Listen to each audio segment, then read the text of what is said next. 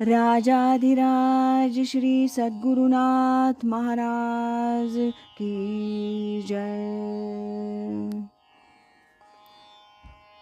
तीर्थस्वरूप परमपूज्य श्री रामराय गोविंद केळकर तथा श्री दासराम महाराज यांच्या वचनांवर आधारित श्री दादांचेच अंतरंग सत्शिष्य न गोखले यांनी लिहिलेल्या नित्य नवा दिस जागृतीचा या ग्रंथातील आज आपण ऐकूया 22 एप्रिल या दिवशीचं चिंतन।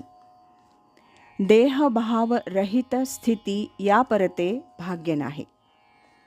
आपली सर्व सुखदुःख, समाधान, आनंद, शांती हे देहभावाला धरून असतात।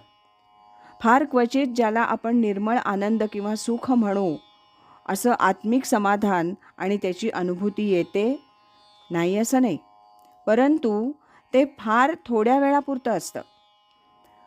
शरीर भाव आपल्याला लगेच देह पातळीवर आणतो। शरीर भाव नसल्याशिवाय सोहम प्रचिती नाही हे निर्विवाद आहे, पण गंमत अशी आहे की त्याचं साधन सुरुवातीला तरी देहाच्या आधारानं करावं लागतं। लक्षात घेण्यासारखी गोष्ट अशी आहे की देहभाव जाऊ दे असं म्हटलंय, देह जाऊ दे असं म्हटलेलं नाही।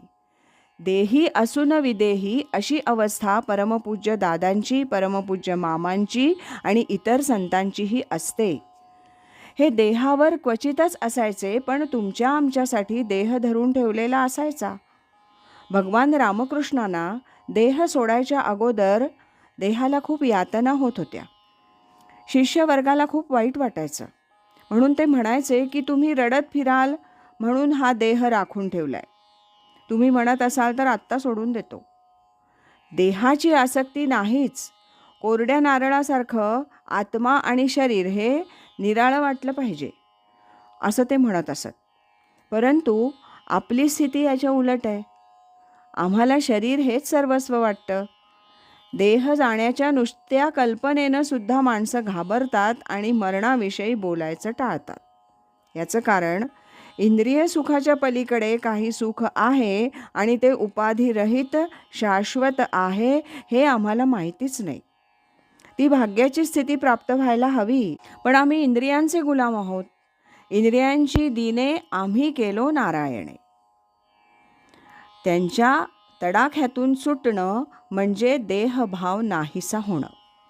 देह मीच या भावनेतून माझा देह आहे, मी निराळा आहे ही भावना रुजली पाहिजे, तशी अनुभूती आली पाहिजे। मग त्या स्थितीतला आनंद अनुभवून मग या परते भाग्य नाही हे पटेल, कारण तो आनंद, ते सुख इंद्रियातीत आहे। त्याला सापेक्षता नाही, ते दुसऱ्या कशावर अवलंबून नाही, कारण ते आत्म्याचं सुख आहे। आत्मानुभूती आहे की जो सुखरूप आहे। माझा अहंकार असे शरीरी, तथापि तो सद्गुरू अंगीकारी या वचनाप्रमाणे सद्गुरूंच्या कृपेशिवाय देहभावाचं निरसन सर्वथैव अशक्य आहे हे लक्षात ठेवलं पाहिजे आणि देहाला धरून साधन करूनच सद्गुरू कृपेला पात्र व्हायचं आहे। राजाधिराज श्री सद्गुरुनाथ महाराज की जय।